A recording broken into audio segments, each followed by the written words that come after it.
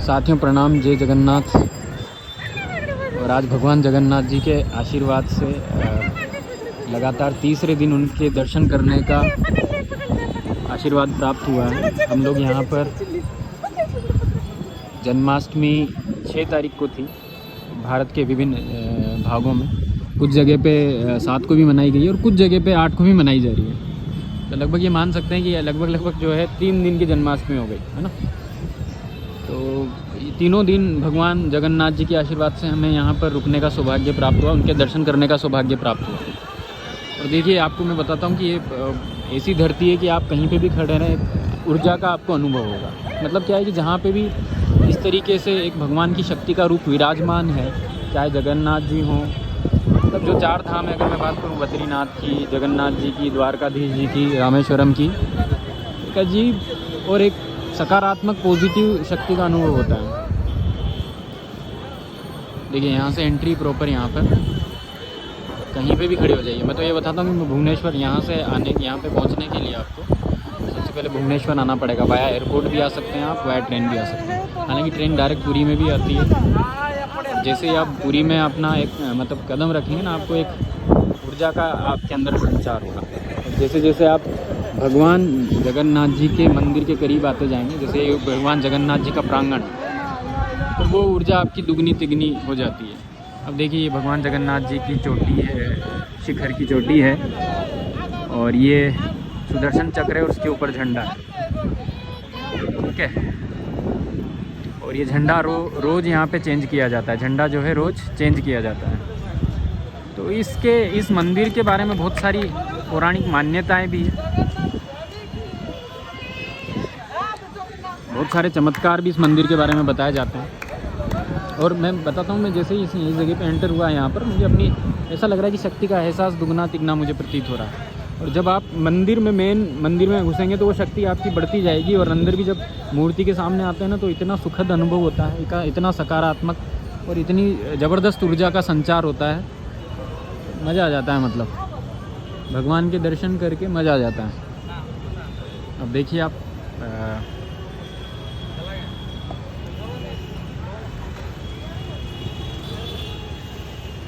अभी मैं आपको बताऊंगा कि ये झंडे के बारे में भी जो मान्यता, झंडे के बारे में ये मान्यता है कि अगर झंडा रोज़ बदला जाता है, अगर ये झंडा एक दिन भी बदलने से अगर चूक होती है, अगर ये झंडे को एक दिन भी बदलने से अगर इसमें कोई चूक हुई, नहीं बदला गया किसी कारण से, तो ये बताया जाता है कि इसको फिर 18 साल तक, आने वाले 18 साल तक इस मंदिर को बंद रखा जाएगा। कभी भी ऐसा दिन नहीं आता है कि जिस दिन इस मंदिर को का झंडा ना बदला जाए।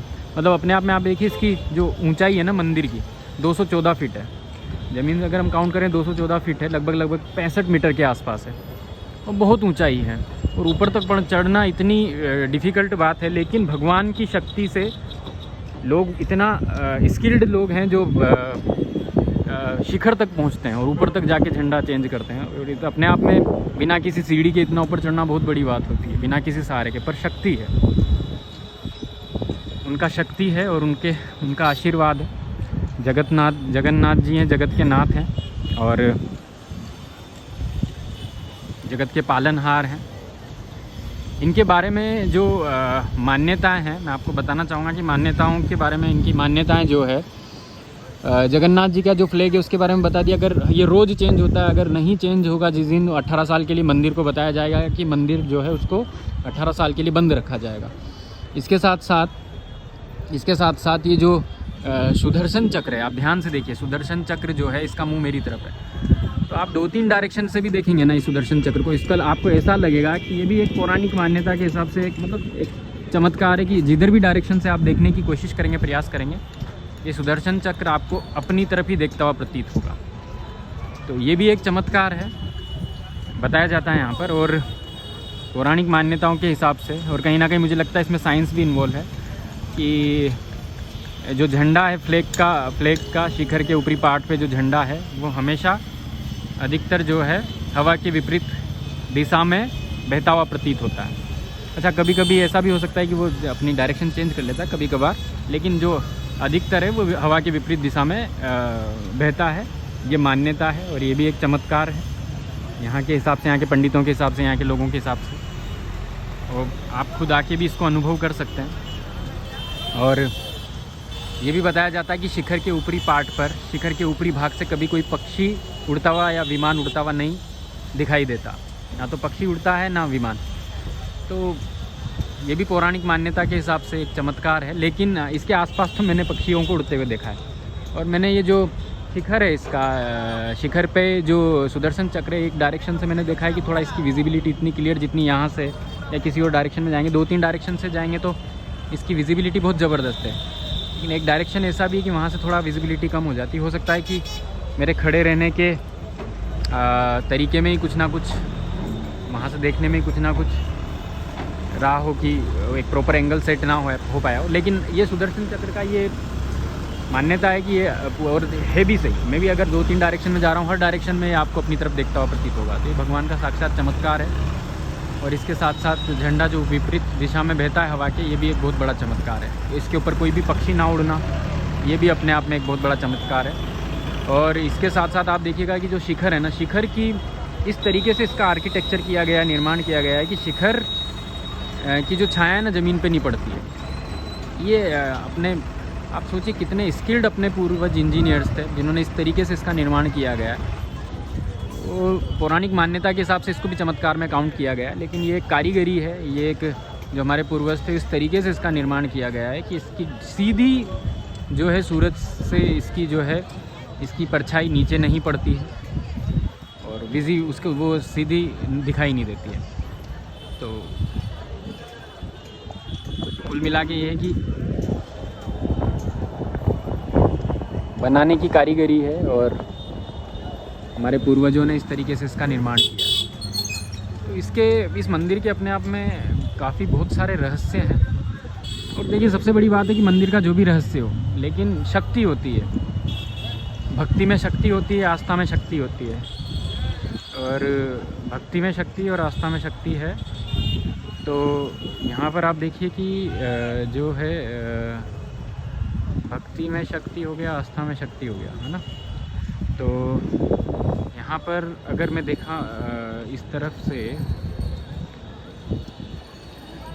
भक्ति, शक्ति, आस्था में शक्ति, तो आस्तिक होना बहुत बड़ी बात होती है। अगर हम आस्तिक रहेंगे, आस्था रखेंगे, हमें लगता है कि हमारे हर बिगड़े हुए काम बनते हुए नज़र आते हैं। तो ये कि एक सकारात्मक ऊर्जा का संचार होता है। लेकिन सारी चीज़ें डिपेंड करती है कि कितनी शक्ति, कितनी आस्था, कितने विश्वास के साथ हम किसी मंदिर जाते हैं। विश्वास बहुत ज़रूरी है भाई, बिना विश्वास के कोई चीज़ काम नहीं करती। विश्वास होगा तभी जाके कोई चमत्कार होगा। अपने कर्म अच्छे रखें, विश्वास रखें, सब बढ़िया है।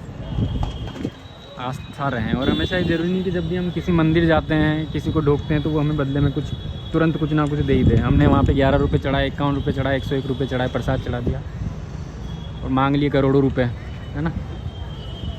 आस्तिक होना, आस्था होना बहुत अच्छी बात है, लेकिन विश्वास रखना पड़ता है और इंतज़ार भी करना पड़ता है।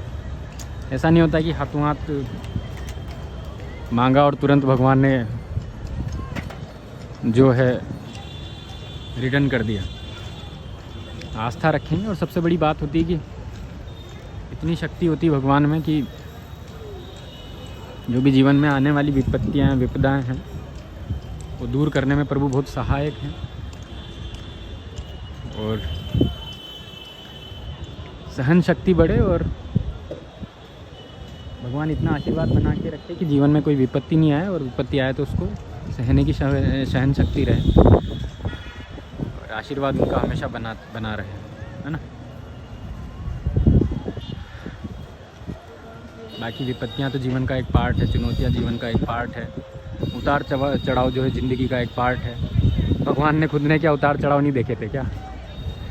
अगर मैं इनकी बात करूं, भगवान श्री कृष्ण की भी अगर आप स्टोरी देखोगे तो भगवान श्री कृष्ण ने भी जो है, अगर आप उनका जीवनी का अगर आप अध्ययन करेंगे तो उनके जीवन में भी, हालांकि सारी लीला तो प्रभु की थी, सब कुछ उनका ही लिखा हुआ था, उन्होंने ही सब चीज़ों को सेट किया था, ठीक है ना। तो वो उनकी ही एक आधारशिला थी।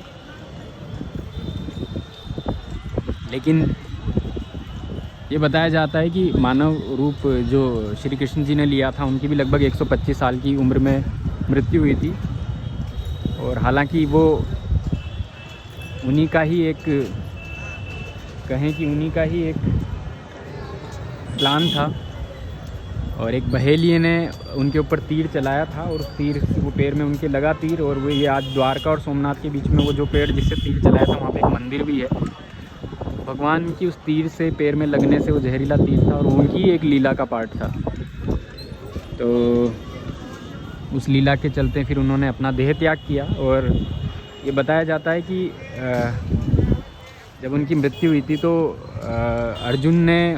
श्री अर्जुन ने उनका शरीर जो है शरीर पंच तत्व में जब विलीन हुआ था अर्जुन जी के माध्यम से, तो पूरा शरीर उनका पंच तत्व में विलीन हुआ था। लेकिन उनका दिल धड़क रहा था। मतलब पूरा शरीर जो है उनका पंच तत्व में विलीन हो गया। बहेलिये ने तीर चलाया, तीर में जहर था और वो तीर गलती से लगा। मतलब तीर ऐसा नहीं कि बहेलिये ने, वो उनकी एक लीला का पार्ट था, लेकिन वो गलती से झाड़ी, क्योंकि श्री कृष्ण जी जो है आराम कर रहे थे और आराम करते समय वो झाड़ी के पीछे छुपे हुए थे, झाड़ी के नीचे लेटे हुए थे और बहेलिये को दिखाई नहीं दिया और उसने तीर चला दिया, गलती से उनके पैर में लगा। उनकी लीला थी श्री कृष्ण जी की। और जैसे ही उनका तीर चुभा पैर में और श्री कृष्ण जी ने अपना देह त्याग किया और देह त्याग करते ही उनको पंचतत्व में अर्जुन ने विलीन किया और अर्जुन ने उनका पूरा शरीर जो है पंचतत्व में विलीन हुआ, लेकिन उनका दिल जो है वैसे ही धड़कता रहा। तो जब उनका दिल जो है, क्योंकि बहुत तेज, बहुत एनर्जी उस दिल में थी और वो दिल बताया जाता है कि पौराणिक मान्यताओं के हिसाब से आज भी वो दिल है और वो जगन्नाथ जी की मूर्ति में विराजमान है। वो दिल जो श्री कृष्ण जी का दिल आज भी धड़कता है। तो एक्चुअली अर्जुन जी ने जब पूरा शरीर उनका पंचतत्व में विलीन हो गया था तो अर्जुन जी ने उस दिल को जो है समंदर में, द्वारका के समंदर में बहा दिया था। और द्वारका के समंदर से होता हुआ यहाँ पर पुरी के उसको जो है दिल को भगवान जगन्नाथ जी की मूर्ति में यहाँ पर उसको विराजमान किया गया। और भगवान जगन्नाथ जी की मूर्ति हर 12 साल में बदली जाती है। मूर्ति मतलब लकड़ी की मूर्ति बनाई जाती है और क्योंकि लकड़ी की ही मूर्ति है यहाँ पर, और वो भी पूर्ण मूर्ति नहीं है। मतलब जगन्नाथ जी के और बलराम जी के हाथ और पैर हैं वो भी आधे आधे, सुभद्रा जी के तो वो भी नहीं है। जगन्नाथ जी के हाथ हैं, आधे हाथ हैं, है ना। सुभद्रा जी के तो ना तो हाथ है ना पैर है, मतलब मूर्तियाँ अधूरी मूर्तियाँ हैं। इसके पीछे भी एक स्टोरी है, वो भी मैं बताऊँगा। लेकिन शक्ति खूब है, इतनी ज़बरदस्त शक्ति है कि आप दिल से जो भी यहाँ पर मांगोगे